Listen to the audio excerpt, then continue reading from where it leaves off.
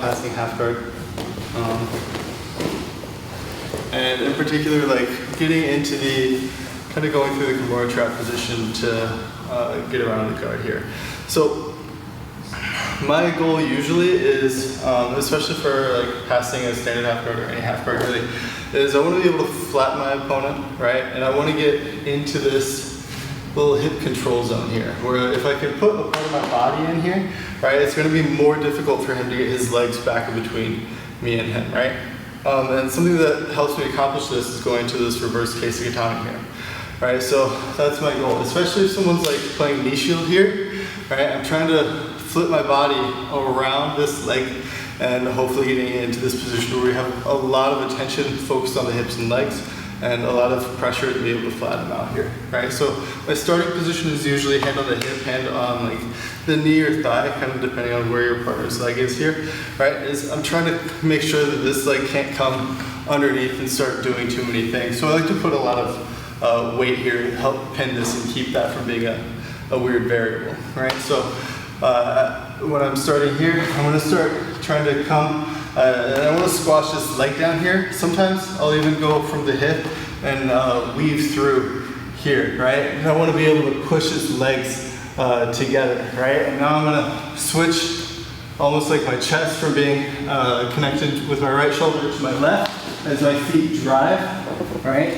And I'm trying to get like all of my weight going into this small portion of his belly with my shoulder, and I want to keep my head nice and low. I'm worried about getting cross-faced. So if I can, I'll have an arm kind of by my face, ready to deal with some sort of arm that might be coming my way.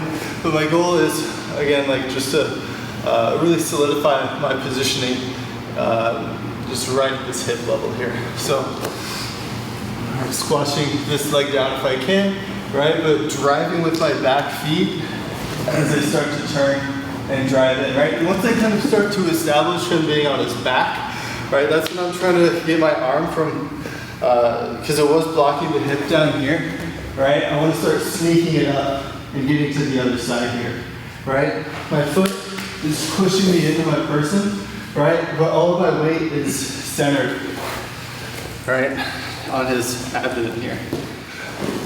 Trying to switch, all right? Person on bottom is, you know, just like try and hold on to my leg at least, right? Because if a person here just opens up their legs, right, then we'll just start back stepping out, right? And then working on solidifying our side control here, right? So we're gonna expect the person on bottom to at least try and hold on to the leg here. Right, so if I start driving in, yeah, usually they'll either pinch really hard or they'll try and get their leg high over the knee, or like Ethan here, butterflying, right? Each has a different response. If he's butterflying, right, we're gonna try and kill this hook here, right? And then we can extract the leg. Or sometimes, right, we can just walk this foot up and escape the knee, right? Start driving into our three-quarter mount, where we can then either truck roll or take the back. The seatbelt grip. Right, but usually as we're turning in, this process of kind of digging out this space here with our body is going to be like kind of the first battle here. Right, so just make sure you watch your head so you don't get cross-faced. Keep driving weight in. I'm trying to put all of my weight into Ethan here. Right, so if I'm just like touching my shoulder to his stomach with my knees on the ground, this isn't going to work very well. He's going to really be able to like shrimp out, cause a lot of trouble. I'm just not really putting enough pressure on him to control him. So my feet are driving me in, right? And this arm here, I have kind of checking his bottom leg to make sure he can't bring it back underneath me, right? And then this top arm tends to change depending on if it started kind of with this weave grip or on the hip or whatever. All right, but if it's free, I'm going to be watching for a cross face here, right? Or I can start walking my hips up and use this arm here to frame to escape my knee, right? And then we can either start thinking about driving this knee to the mat, or sometimes I can ballerina step my way out. Alright, so starting in here, if his guard is more active here with his shield, I'll probably do this leg lead, try and squish this down, and then we're coming through here. Right. So we are exposing our elbow a little bit. So you know, Ethan saw the opportunity and took it to Kimura. Right. So one thing is, as I'm coming here, right, I like to make sure my leg is able to block my hand so that he can't fully extract it. Right, even if he does get it. Right, so if he starts to look for that Kimura, I'm going to take my leg and just block it. Right, so I've got it here. Right, so, but if this happens, we're going to continue on basically with the same principle. Right, I want to drive my shoulder into the abdomen. I want to turn my hips, but this time I can walk my hips up and over his arm, and I can drop into my Kimura here. And finish. That's actually another way I like to pass the half guard is I'll pretty much bait the Kimura. Make sure that my hand is being blocked by my leg, but when they go for it, right, I'm going to do pretty much the same move where I'm driving forward, putting weight in, and then as I turn my hips, I'm passing the elbows in front of my chest, and that's when I can make the exchange. Kimura.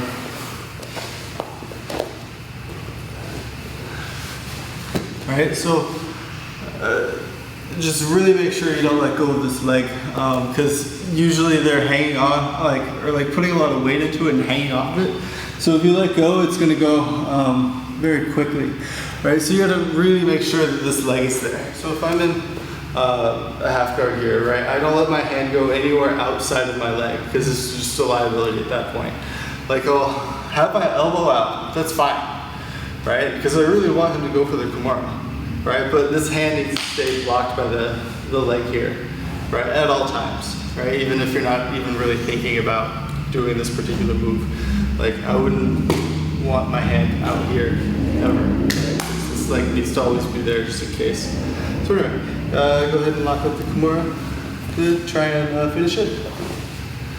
Alright, so my hand here is blocking his hip. This is helpful, right? Because my goal here is, as he's trying to finish the Kimura, right, I need to bring my body up and over his arms here, right? Because I want to get his elbows in front of my chest, right? Instead of being out and away from my body at this point. Alright, so this frame on the hip will help, right? I can use this to help push myself and frame and make sure nothing crazy happens with this leg, right? But I still have a lot of weight on my shoulder here, right? And I pass his elbows in front of me, right? And once his elbow clears my chest, I can lock it in. And I think we covered last week the theory of ribs on the face. This is the exact same situation, right? I have my Kimura, but my weight is just squishing his head, turning it either this away or that away. Either way, we're going to be able to restrict movement, and it costs us very little energy.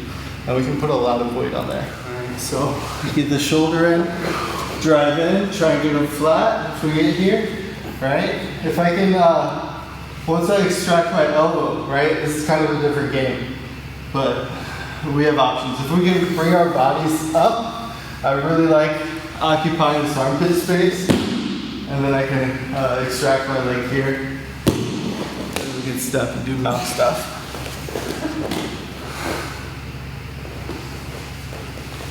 Alright, sometimes I'll try and hold on to this arm here. Right, so we can go into the Kimura Trap. Right? And then if I can get this bottom leg framed into the hip here, right, I feel pretty good about being able to pull this foot out.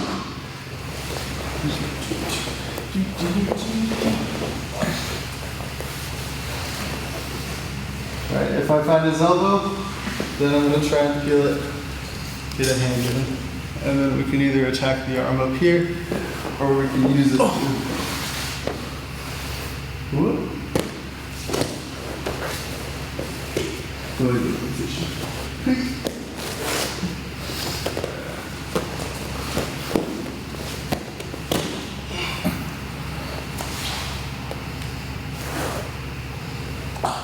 So driving the shoulder, posturing up, being nice and heavy, hand ready to grab any wayward hand trying to come in. And if we find one, right, we can just drop into the old trap here. And then I can look for this little guy, right?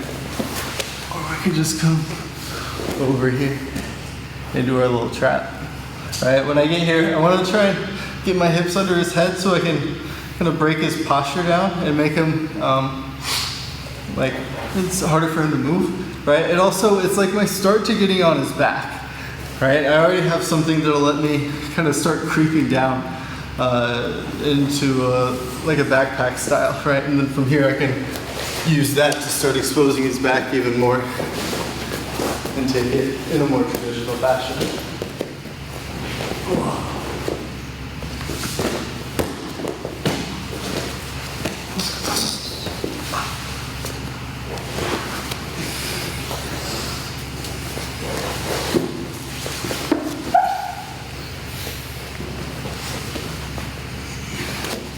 Right, framing here, getting this elbow out, getting this knee in, back stepping, switching the hips. And just like always pushing up into the space, right? I want to get his elbows up.